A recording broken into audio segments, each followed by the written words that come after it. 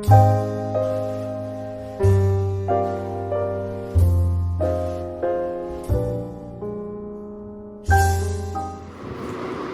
everyone.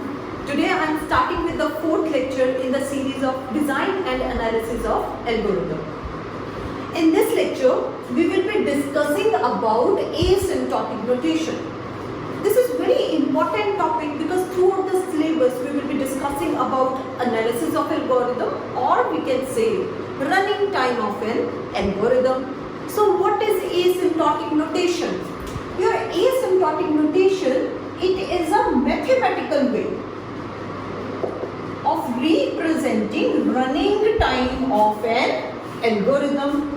So mathematical way of representing running time of an algorithm.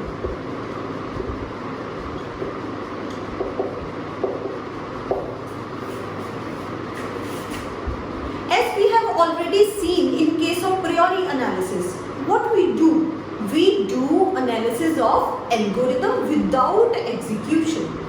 So it means without execution, how can I do the analysis? Because after execution, I know that my compiler will give me that your program, it gets compiled in this much of millisecond, 10 millisecond, 5, 2 millisecond, and these are the number of bytes taken.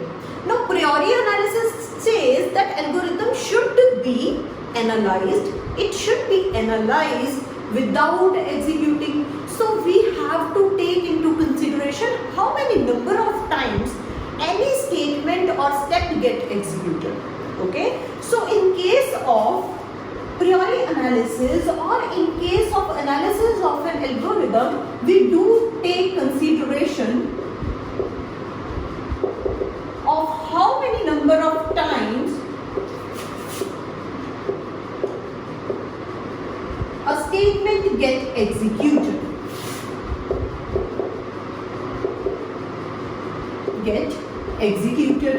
Now this execution, how many times a statement get executed, this is called as what? This is called as iteration, or sometimes we can also refer to it as frequency. So that is how we look into any program and we see the analysis, we see the running time of an algorithm. Very small example, we have already seen number of times that sum of two numbers or swapping the two numbers. Supposingly I created a function that is swap two numbers. Swap two numbers. So in this case, I know that I have to swap two numbers. Assuming the third variable. So inside temp I am putting A I am putting the B value, and inside my B I am putting the temporary value. Now if you look at this program, if you look at this pseudo code, what you have to see? You have to see, okay, how many statements are there and how many times they are executing. So this is executing one time, and one time. So the total complexity, total running time taken by this algorithm is how much?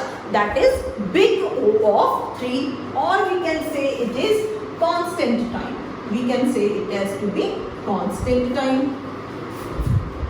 Now guys, we have to show that what will be the running time. So in this case we need certain notations, and those notations are referred to as asymptotic notations. So there are three types of notations. First one is big O notation. Second one is big omega notation. And the third one is theta notation. Now big O notation. Your big O notation, it is used to represent the worst case of an algorithm. Omega notation is used to represent the best case of an algorithm, and theta notation is used to represent the average case of an algorithm. Now what I mean by worst case, best case or average case? Example. Supposingly I have ordered list 10, 5, 12, 100 and none.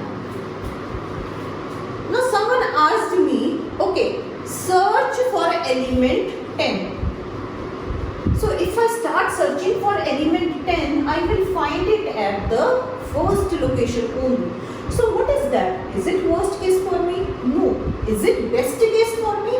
Yes, this is the best case. So the complexity of this kind of scenario is represented by omega of 1. That is best case.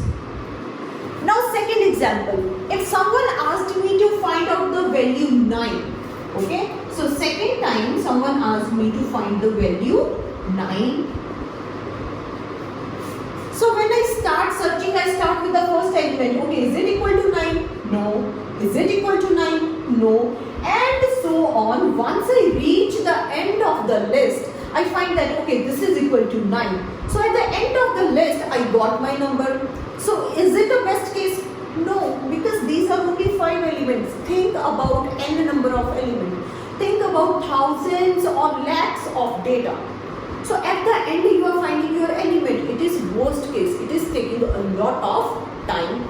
So it means if the number of element in this case are 5, I find my element at the 5th location.